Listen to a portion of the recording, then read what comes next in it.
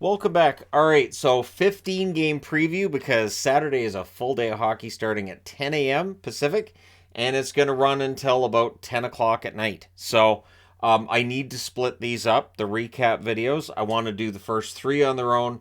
I think I'll be able to find time to do the next five on their own. That being said, there's four starting at 7 o'clock Eastern, 4 Pacific. There's going to be overlap. There's Hockey Night in Canada in this, and then there's just the start times could be all over, but I'm going to try my best to get these five done. It's about 18 minutes of time that you get for your break in between periods, right? So that's about the right amount of time. I'm probably going to miss a couple of minutes of hockey, but I think it just makes sense because when I do a recap video at the end of the night that's over an hour long, and I've done that, it tends to absolutely drain all the energy out of me. Having to, talking for that long of a period, with just the pauses changing boards. So I'm going to try my best, get this done. And then, of course, the power rankings and then the Sunday preview as well. And I like to have all that done before midnight, ideally. And since there's a 7:30 start, because of course there is, and it's between two teams outside the playoff picture, because of course it is, I'm gonna try to find any moments that I can in order to recap games and get the recaps up as soon as possible. Because if a game starts at 10 o'clock in the morning Pacific between Detroit and Philly, you don't want to be waiting until 11 o'clock at night, either on the East Coast or on the West Coast for that recap to go up. All right, that being said, I'm also doing timestamps because 15 games, and this could end up being a long one. So, starting off with Detroit and Philadelphia, 1 o'clock Eastern, 10 a.m. Pacific start between these two teams. Philadelphia's won the first two meetings on January 21st, 2-1, March the 5th, 3-1. For Detroit, they're 31-31-9 on the season. Their last 10, they're 3-7. It is the after the trade deadline effect. So their record's going to be kind of rough by the end of the year. It does not mean they haven't progressed. They're 9 points behind Pittsburgh for the last playoff spot in the East. They're 5 points ahead of their opponents, the Flyers, who are 27-32-12 in the season. Their last 10, they're 4-4-2. Philadelphia right now is playing better than Detroit, I do believe. This will be an interesting one. 14 points behind Pittsburgh are those Flyers, and they're 4 points ahead of the Montreal Canadiens. So it's worthy to note where these teams are in the overall standings because, of course, we have a draft lottery coming up, and that draft lottery will be decided by the standings. All right, that being said, Tampa Bay is in against Boston. So these teams have met three times. This is the fourth and final meeting until the playoffs. And a lot of people are going to expect these teams to meet in the second round of the playoffs. Not to belittle Toronto, not to belittle currently the team that would match up with Boston, which would be Pittsburgh. But this is the expected matchup of the second round. So Boston's won two of the first three meetings. On November 21st, it was a 5-3 win. November 29th, a 3-1 win. And January 26th, Tampa Bay won that one 3-2. So for Tampa Bay, they're 42-25-6. Their last 10, they're 5-4-1. They're 11 points ahead of Florida. So again, really solidly in third place, and they're 15 points ahead of Ottawa. So just looking divisionally, right?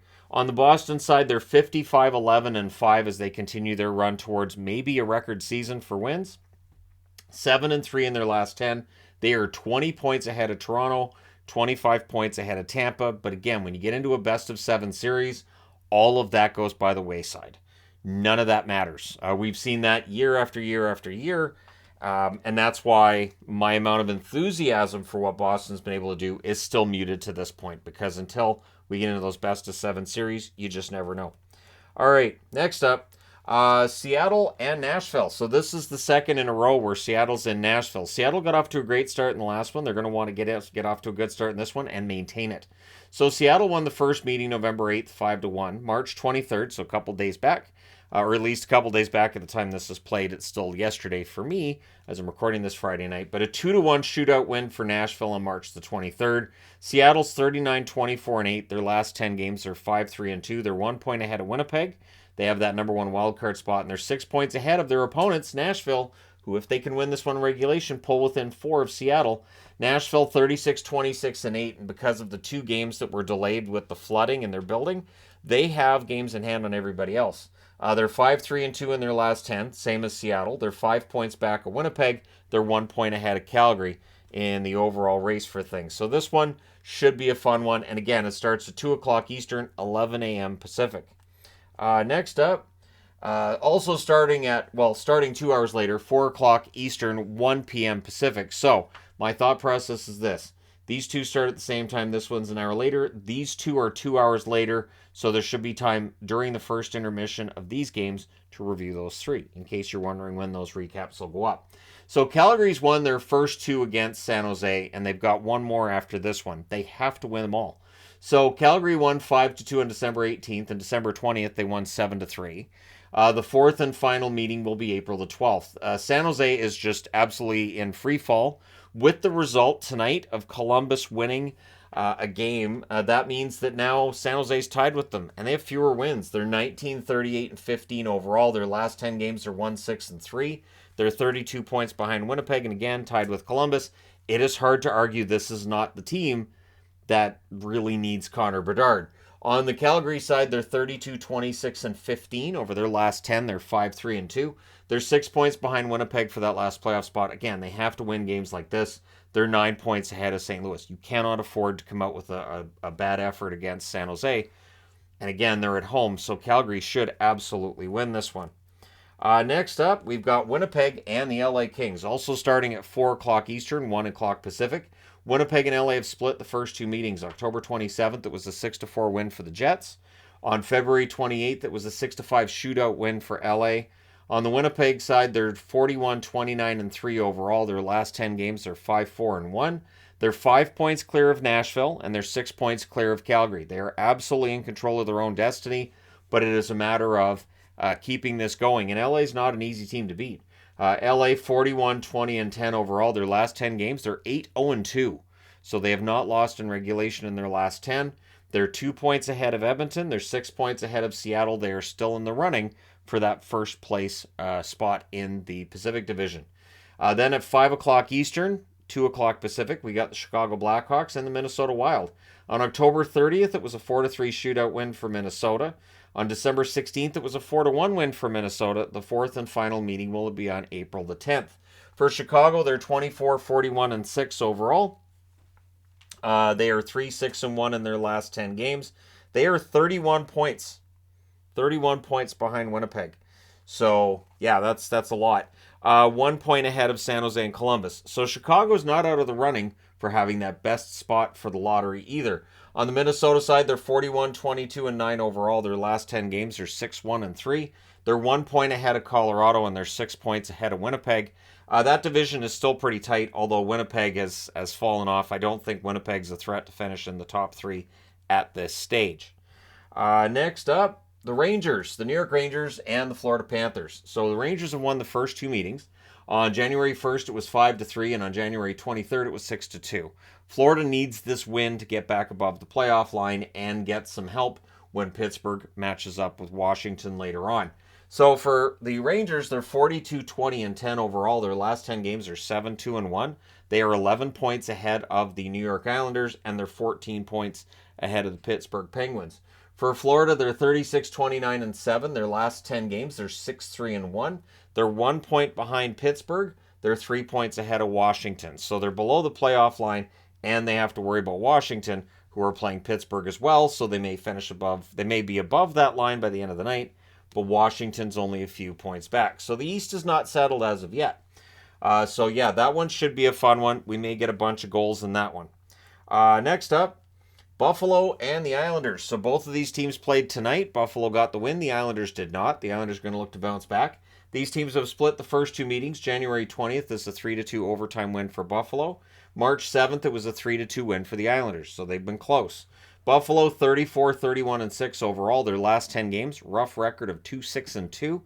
6 points back of Pittsburgh in that final playoff spot. They're 3 points ahead of Detroit. So it's still long odds for Buffalo, but they're not done. On the Islanders side, they're 37, 27, and 9. Their last 10, they're 6, 2, and 2. They're 3 points ahead of Pittsburgh. They're 4 points ahead of Florida. But with the 1 point against Columbus tonight, it has to feel like they lost that second point. And so, again, I look for them to be highly motivated at home. The thing is, Buffalo's a better road team than they are a home team, so that should make for an interesting one. Next up, Columbus and Montreal. Yeah, everybody's going to be excited about this one, right? So they've split the first two meetings. November 17th, it's a 6-4 win for Columbus. November 23rd, it was a 3-1 win for Montreal. On the Columbus side, they're 23, 41, and 7. Last 10 games, they're 3, 6, and 1. So they've got 7 points in their last 10 games, whereas San Jose has 5. So they have been slowly catching San Jose. They've now caught them, and we'll see if they pass them. They're 27 points back of Pittsburgh. They are tied with San Jose.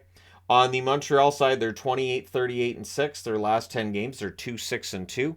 They're 18 points ahead, or behind Pittsburgh, not ahead of Pittsburgh, behind Pittsburgh for that final playoff spot. And they are 9 points clear of their opponents, the Columbus Blue Jackets.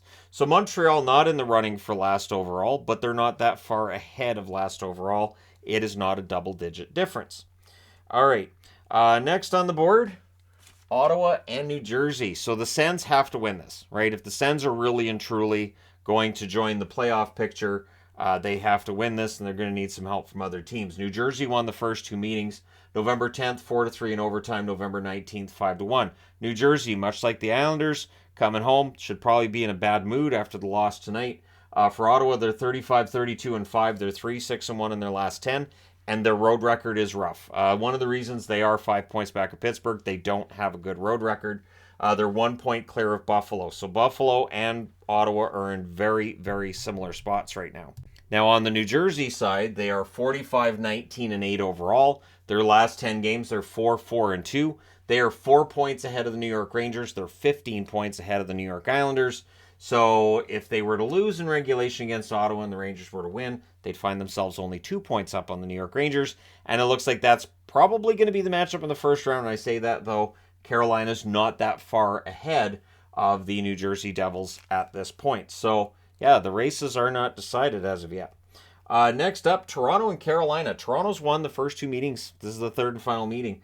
3-1 November 6th and 5-2 March the 17th. So for Toronto, they don't see the big deal with Carolina Hurricanes. They're 43, 19, and 9 overall. Their last 10 games are 6, 3, and 1. They are 5 points ahead of Tampa, and they're 16 points ahead of the Florida Panthers. Carolina, with the results from tonight's games, are now clinched. They've got themselves a playoff spot. They're 46, 16, and 8. Last 10 games are 6 and 4. They're 2 points ahead of New Jersey. They're 6 points ahead of the Rangers. I still think they win the division, but anything can happen. With Carolina, their offense has been really kind of up and down. For Toronto, their goaltending's been up and down. Their defense as well. So this one, really, to me, is kind of a crapshoot, and we'll see how that one turns out for everybody. Also, Vancouver in against Dallas. So I'm wearing a Minnesota North Stars jersey. Yes, it is a North Stars jersey. There is no Dallas patch on the shoulder. The Minnesota North Stars changed to this look a couple years before they moved, and we knew they were going to move when they changed to this look. But I wear Dallas or Vancouver or Boston for a preview only when they're against each other because I'm not worried about jinxing anybody. So I'm a little stitious, not superstitious. Vancouver's won the first 2 meetings. I think Dallas is due.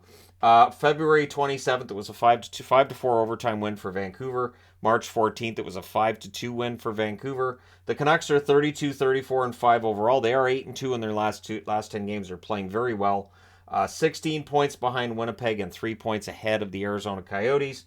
On the Dallas side, they're 39, 19, and 14 overall. Their last 10 games, they're 6-3, and 1. They're 1 point ahead of Minnesota and 2 points ahead of Colorado. They need this one, so I think Dallas should win it. And if they don't, it's fine. Vancouver wins it, that's fine too. Of course, if Dallas were to lose and Minnesota were to win, we would see ourselves having a change in first in the Central, which it's been months since another team was first in the Central. It has been a long time. All right, next up, Washington and Pittsburgh. These games are always fun to watch. So the first 2 games are a split. November 9th, Pittsburgh wins 4-1. On January 26th, Washington won in a shootout 3-2. Going to be interesting to see who wins the rubber match. For Washington, they're 34, 31, and 8. Their last 10 games are 4, 4, and 2. They are 4 points back of Pittsburgh. They are in the hunt.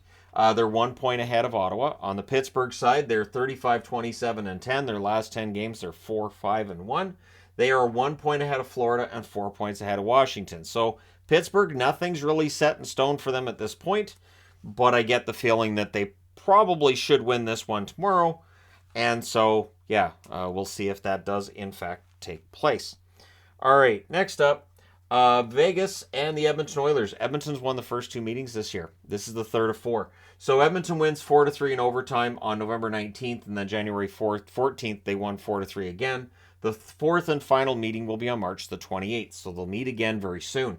Vegas is 45-21-6. They're 8-2 in their last 10 games. They're playing very well. They're 4 points clear of LA and 6 points ahead of Edmonton. So, LA looking for a win at home against Winnipeg. Could happen. And then if Edmonton wins at home against Vegas in regulation, we tighten up that division again.